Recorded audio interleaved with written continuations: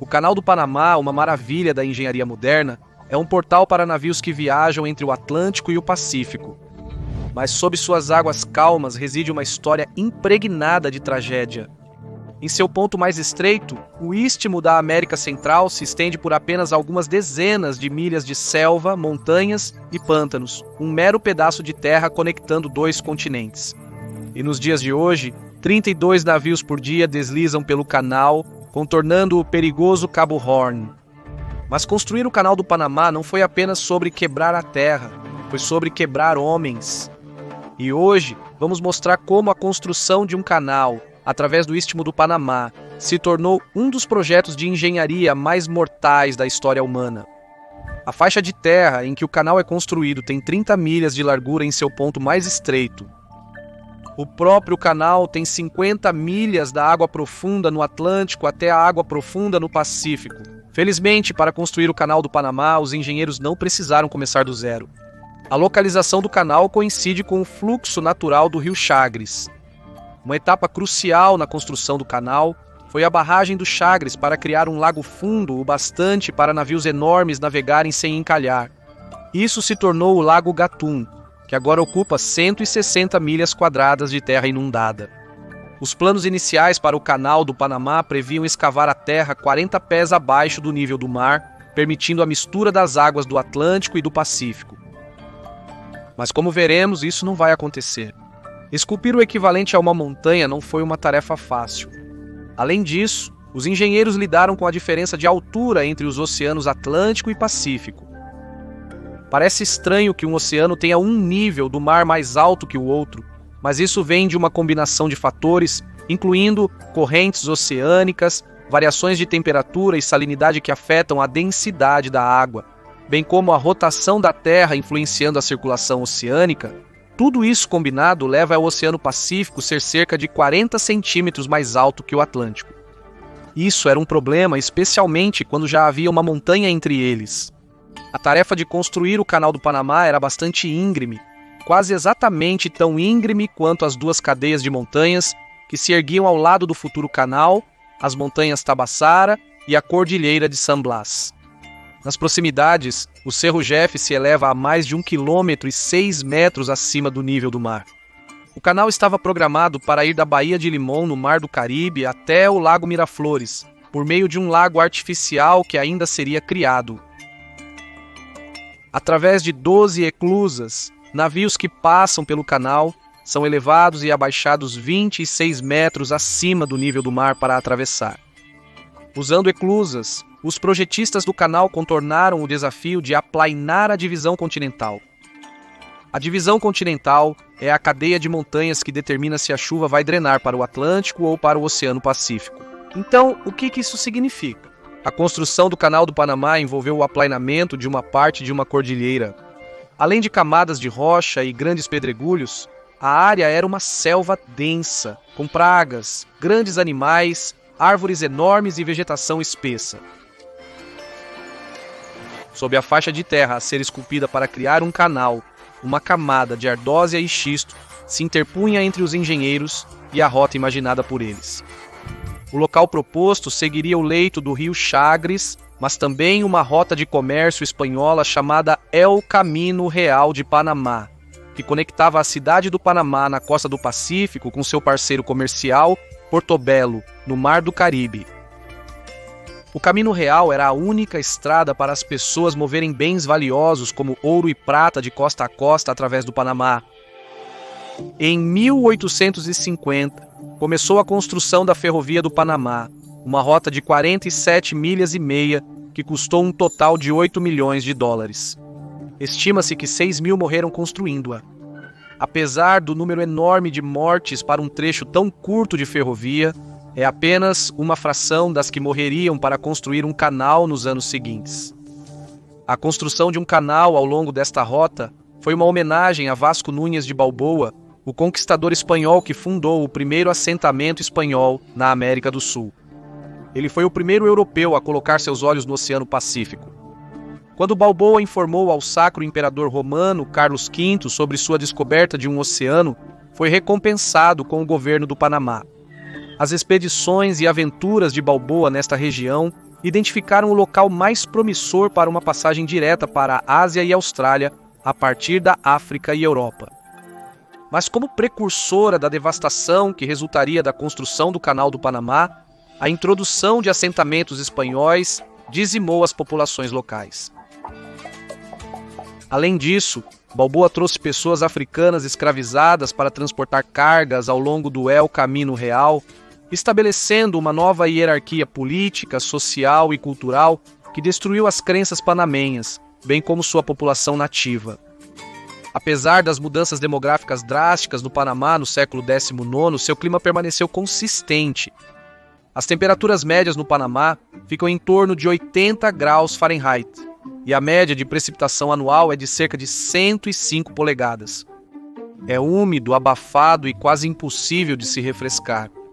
Inundações ocorriam regularmente, especialmente na época das chuvas.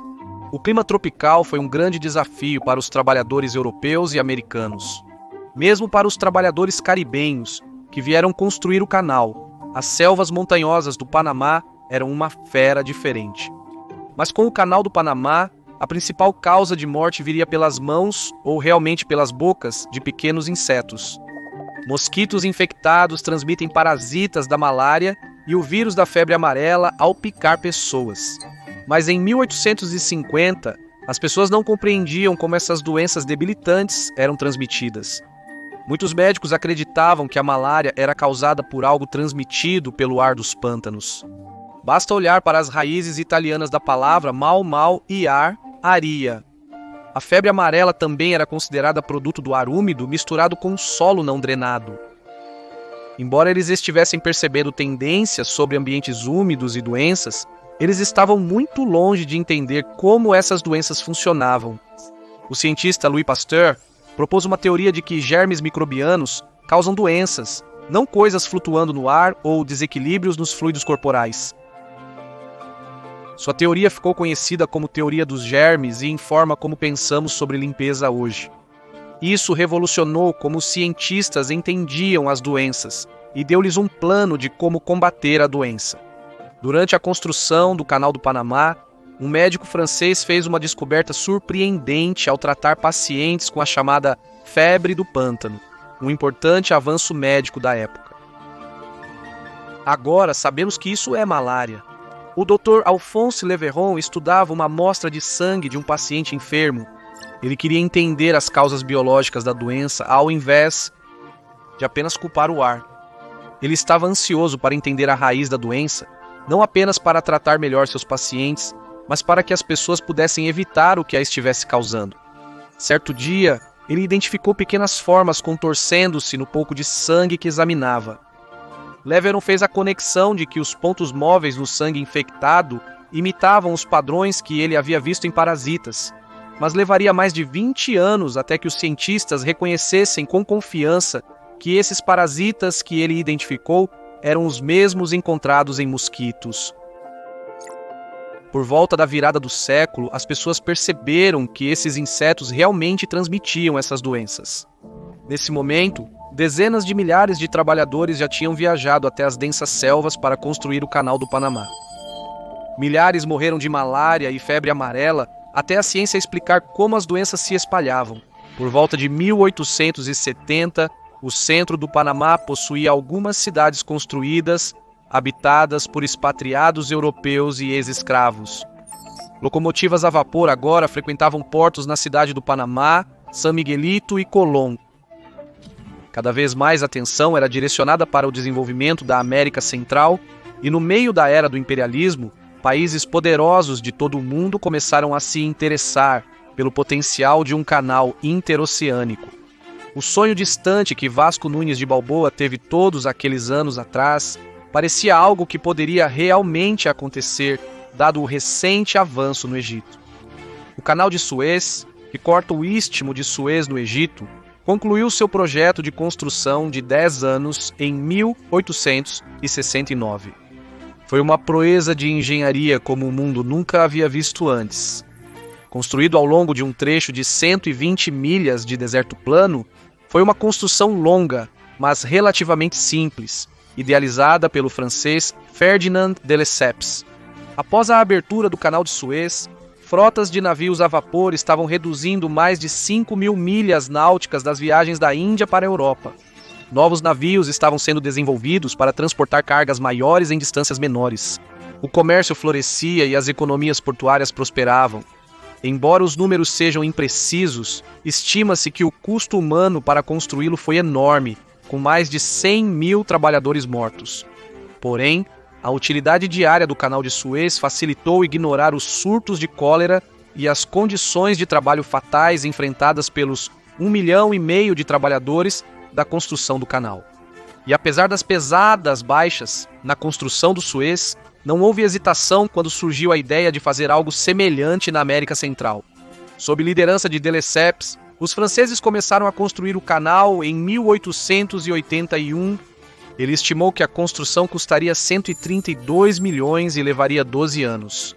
Era uma fração do tamanho do Canal de Suez, mas como o terreno era tão inóspito, ele estimou que levaria mais tempo. Embora ele estivesse certo, suas estimativas sobre o custo financeiro e humano estavam muito erradas. Poucos meses após o início das obras no canal, o primeiro caso de febre amarela foi registrado, coincidindo com o começo da estação chuvosa. Felizmente, com a enorme escala do projeto do Canal do Panamá, veio um enorme influxo de dinheiro, e esse dinheiro foi direto para um hospital. Apesar do grande número de camas e enfermeiros, os mosquitos prejudicavam muito os trabalhadores. Para piorar, esses hospitais se cercaram voluntariamente com pequenos canais de água, feitos para afastar formigas dos jardins de vegetais, mas acabaram atraindo colônias de mosquitos. Conforme os insetos se tornavam um problema crescente, a equipe do hospital implementou todas as táticas possíveis para resolvê-lo. Por algum motivo, eles pensaram que colocar panelas de água sob os pés da cama afastaria os insetos. Eles estavam errados. Febre amarela, malária e outras doenças patogênicas ficaram conhecidas como febre tropical. E a febre tropical ficou conhecida por dizimar milhares de trabalhadores no Canal do Panamá. As pessoas vomitavam fluidos negros de estômago sangrando e ficavam amarelas com icterícia. Seja no local neste istmo ou lendo notícias das condições a quilômetros de distância, todos começaram a notar os perigos de trabalhar nos trópicos. Contratados que temiam por suas próprias vidas, continuavam abandonando o projeto para a frustração de Ferdinand de Lesseps, mas mesmo com a constante mudança de liderança, os projetos de escavação continuavam. No auge do emprego, os franceses contrataram mais de 19.000 pessoas, principalmente trabalhadores jamaicanos e de outras ilhas caribenhas. O aumento do número de pessoas significava mais corpos para os mosquitos, portadores de doenças, se alimentarem. Além disso, uma guerra civil eclodiu em Colônia. Em 1885, revoltas surgiram como resposta ao novo presidente eleito. Revolucionários contrários ao novo governo tomaram brevemente Colônia, porto crucial para enviar materiais à construção do canal. Rebeldes tentaram tomar um carregamento de armas americanas e mantiveram como reféns os homens que se recusaram a entregá-las. Um conflito irrompeu entre rebeldes e forças panamenhas e dos Estados Unidos da América. Marinheiros lutaram para defender seus interesses. Eventualmente, as tensões se acalmaram, mas não antes de um incêndio massivo varrer a cidade, destruindo a infraestrutura e deixando milhares sem casa. Com o tempo e o crescente número de mortos, o progresso estagnou. Em julho de 1885, apenas cerca de 1/10 do total estimado que de Lesseps projetou havia sido escavado. A equipe francesa excedeu o orçamento, teve desempenho abaixo do esperado e foi responsável por um número estimado de quase 20.000 mortes. Conforme dificuldades logísticas, naturais e arquitetônicas desafiavam o avanço do projeto de Lesseps, ele se negava a ajustar sua visão para um canal ao nível do mar. Então, mais grupos de trabalhadores chegavam e cada vez menos retornavam para casa. De Lesseps queria o canal inteiramente ao nível do mar, como o que ele havia feito com o Suez, mas sua ambição excedeu a capacidade da tecnologia que ele tinha e da força de trabalho com a qual estava trabalhando. A menos que seu dinamite se tornasse 10 vezes mais potente, ou seus trabalhadores desenvolvessem imunidade à febre tropical, o Canal do Panamá parecia condenado. Em maio de 1889, toda a atividade no Istmo parou. Os franceses tiveram que abandonar um projeto que seria um grande sucesso para eles. A febre tropical, medicina inadequada e a falta de conhecimento científico contribuíram para o alto número de mortes no Canal do Panamá. Mas outros fatores relacionados à intensidade do projeto de construção levaram a muitos acidentes que reivindicariam mais vidas. Mesmo após engenheiros americanos assumirem o controle do projeto do Canal do Panamá e implementarem medidas de controle de mosquitos, milhares de vidas ainda seriam perdidas. Quando os Estados Unidos da América assumiram o projeto em 1904, os residentes panamenhos locais evitaram participar da construção do canal. Eles presenciaram a morte que acompanhou a primeira tentativa de construir o canal e não queriam nada a ver com isso. Como resultado, os contratantes americanos e britânicos decidiram importar mão de obra mais uma vez, principalmente das Antilhas. As instalações eram precárias e faltava comida. No seu auge, até 40 mil pessoas estavam trabalhando no canal ao mesmo tempo. Os trabalhadores eram geralmente contratados por 2 anos. Eles trabalhariam por 4.500 horas ao longo de 2 anos, a uma taxa fixa de 10 centavos por hora. Uma combinação de barreiras linguísticas, diferenças culturais e animosidade racial criou fissuras sociais entre americanos, panamenhos e trabalhadores caribenhos. Quando uma crise ocorria, seja um surto de doença ou um acidente trágico, essas tensões apenas contribuíam para um sentimento mais profundo de inquietação e frustração. Contudo, uma mudança notável após os americanos assumirem foi a redução no número de mortes por doenças transmitidas por mosquitos. Quando assumiram o projeto, alguns brincavam que a febre amarela seria a primeira montanha removida. Isso fez luz, de certa forma, ao fato de que a missão do canal era dizimar uma montanha, mas reconheceu que lidar com o problema dos insetos era primordial para conectar os oceanos Atlântico e Pacífico. As autoridades dos Estados Unidos da América criaram a Comissão do Canal do Istmo para controlar o surto de febre amarela e malária. No início do século XX, os cientistas já estavam convencidos da relação entre picadas de mosquito e a transmissão de doenças. Eles criaram um protocolo claro para a implementação do controle de mosquitos. Todos os lagos próximos a casas e vilas foram drenados. A vegetação e a grama foram cortadas para ter menos de 1 pé de altura. Os edifícios adicionaram telas e drenos nas janelas para evitar a entrada de mosquitos. A qualidade de vida melhorou com o aumento dos padrões de saúde. Mas enquanto as mortes por doença diminuíram, a natureza do projeto em si se tornou cada vez mais difícil. Em 1909, os acidentes superaram as doenças como a principal causa de morte. De certa forma, este foi um marco emocionante que testemunhou o poder do controle de mosquitos e os avanços na ciência. Ao mesmo tempo, destacou quão mortal era fazer parte da construção do Canal do Panamá.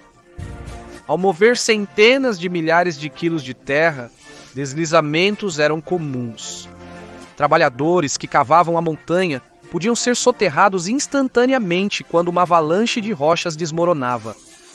Quando os Estados Unidos da América assumiram a construção do Canal do Panamá em 1904, puderam aproveitar a vala parcialmente escavada pelos franceses, mas precisavam de um novo plano para ter mais do que apenas terra.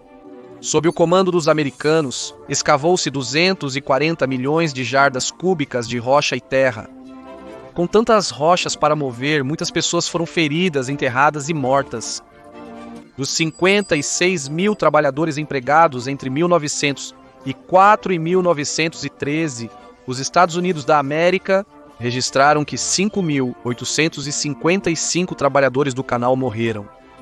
O trecho mais letal da obra do Canal do Panamá foi o Corte de Culebra. Atravessando a divisão continental, o Corte de Culebra era a maior massa de terra que os trabalhadores tinham que cortar. Era uma tarefa tão monumental que aqueles que trabalhavam no projeto a chamavam de Garganta do Inferno. O trecho montanhoso a ser escavado pelos trabalhadores tinha cerca de 9 milhas de extensão. No seu ápice, a montanha que os trabalhadores precisavam cortar estava a 335,5 metros acima do nível do mar. Isso não seria fácil. As equipes explodiram a montanha com explosivos. Eles usaram pás a vapor para carregar a terra solta em vagões que a transportariam para longe.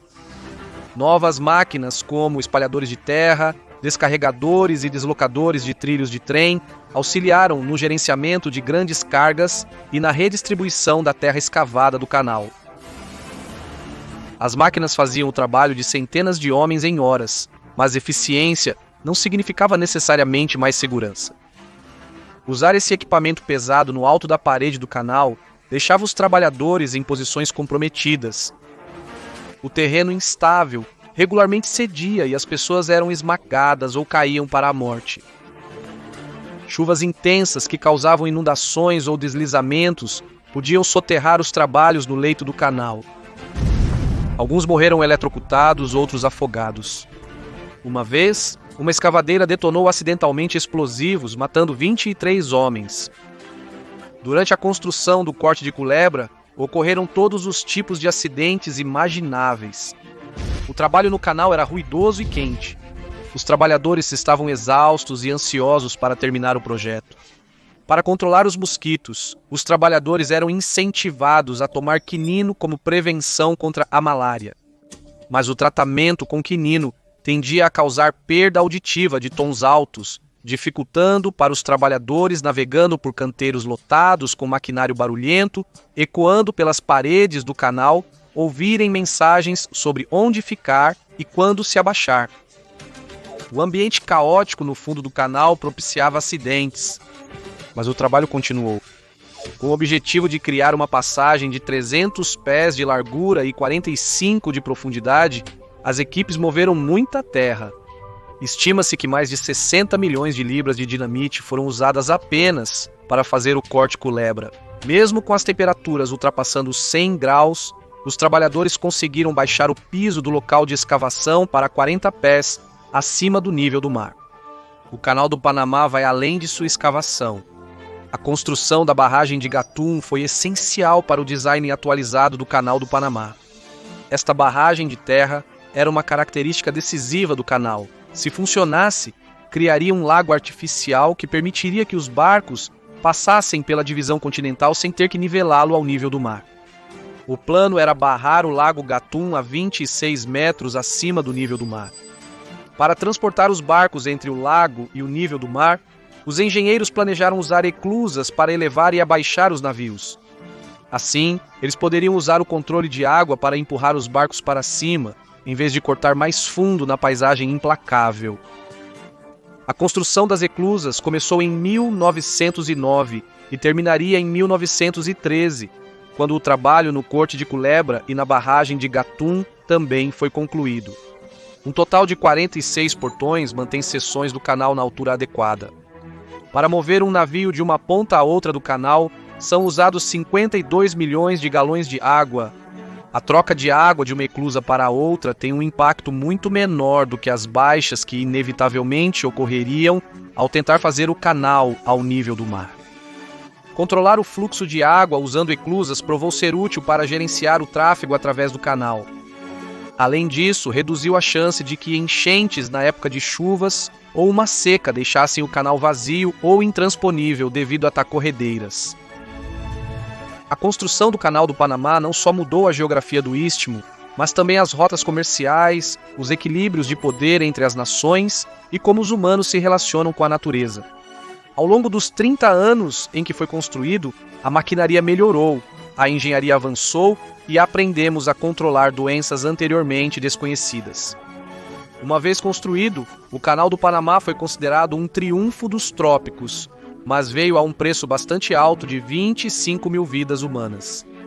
Se você quer mais histórias de projetos de construção condenados, veja por que o plano da Itália de construir uma ponte para a Sicília não funcionará, ou por que não há uma ponte entre a Rússia e o Alasca. Obrigado por assistir.